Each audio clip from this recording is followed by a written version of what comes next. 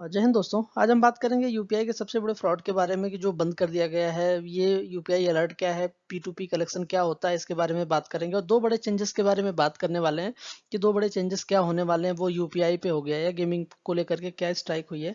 तो अगर आपने चैनल को लाइक नहीं किया, सब्सक्राइब नहीं किया तो सब्सक्राइब करिए, वीडियो को लाइक करिए और कमेंट में हमें जरूर बताइएगा कि ये वीडियो आपको कैसी लगी। चलिए शुरू करते हैं। ठीक है। तो ये बेसिकली है क्या कि ऑनलाइन गेमिंग पर बैन जो लगाया गया था अभी हाल ही में, ऑनलाइन गेमिंग पर पूरी तरीके से बैन कर दिया गया था जिसमें पेमेंट होता था। ठीक है, अभी गेमिंग तो चल रहा है बट जिनमें पेमेंट होता है या ऑनलाइन मनी ट्रांसफर होती थी वो चीज़ें बंद कर दी गई है।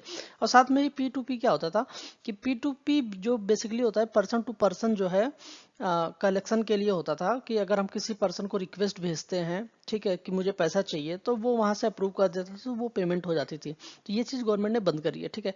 तो भारत सरकार ने जो ऑनलाइन जुए होते थे आर्थिक नुकसानों को लेकर के रियल मनी गेमिंग पर बैन, पूरी तरीके से बैन लगा दिया है। तो ये न्यूज़ आपको पता ही होगी कि ये क्यों लगाया है।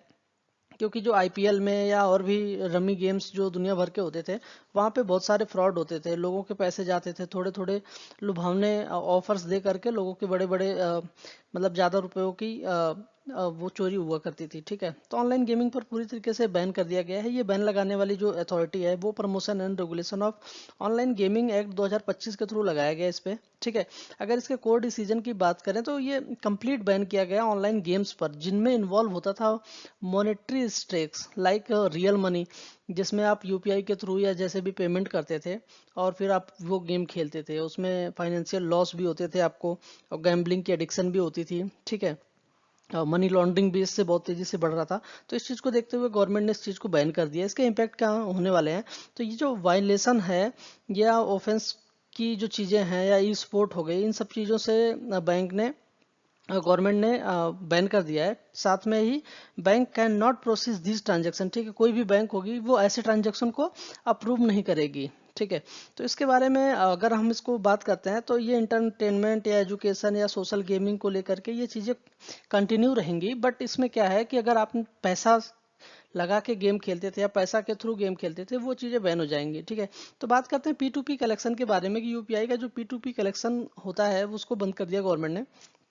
तो बेसिकली क्या है कि इसको बंद करने वाली जो संस्था NPCI, national payment corporation of India है। ठीक है। तो ये जो यूपीआई के थ्रू जो होते थे पी2पी कलेक्शंस, उनको इन्होंने बंद कर दिया है। तो इसमें होता था क्या, बेसिकली क्या होता था कि हम किसी पर्सन को रिक्वेस्ट भेजते थे कि मुझे इतना पैसा चाहिए और वो जैसे उसको वहां से अप्रूव करता था उतने पैसे आ जाते थे हमारे पास। तो इससे बहुत तेजी से फ्रॉड भी होने लगे थे। इस चीज़ को देखते हुए गवर्नमेंट ने इसको बंद किया है। और साथ में यूपीआई यूजर्स जो है ऑनलाइन फ्रॉड के शिकार बहुत होते थे। इसको देखते हुए इनका ऑब्जेक्टिव था कि इसको बंद कर दिया गया। और जो भी पी2पी ट्रांजैक्शन होंगे वो नाउ पेयर इनिशिएटेड यानी पुश के थ्रू होंगे। मतलब जो मैं खुद से भेजूंगा पैसा तभी जाएगा वो, किसी को कोई रिक्वेस्ट कोई नहीं भेज सकता कि मुझे पैसा भेजना है या मुझे पैसा चाहिए आप अप्रूव कर दो बस। ठीक है। तो ये मर्चेंट जो कलेक्ट करेंगे इसके रिक्वेस्ट को, और साथ में ही ये जो फंक्शन है वो भी चलते रहेंगे। ठीक है। तो यही थी आज की पूरी खबर।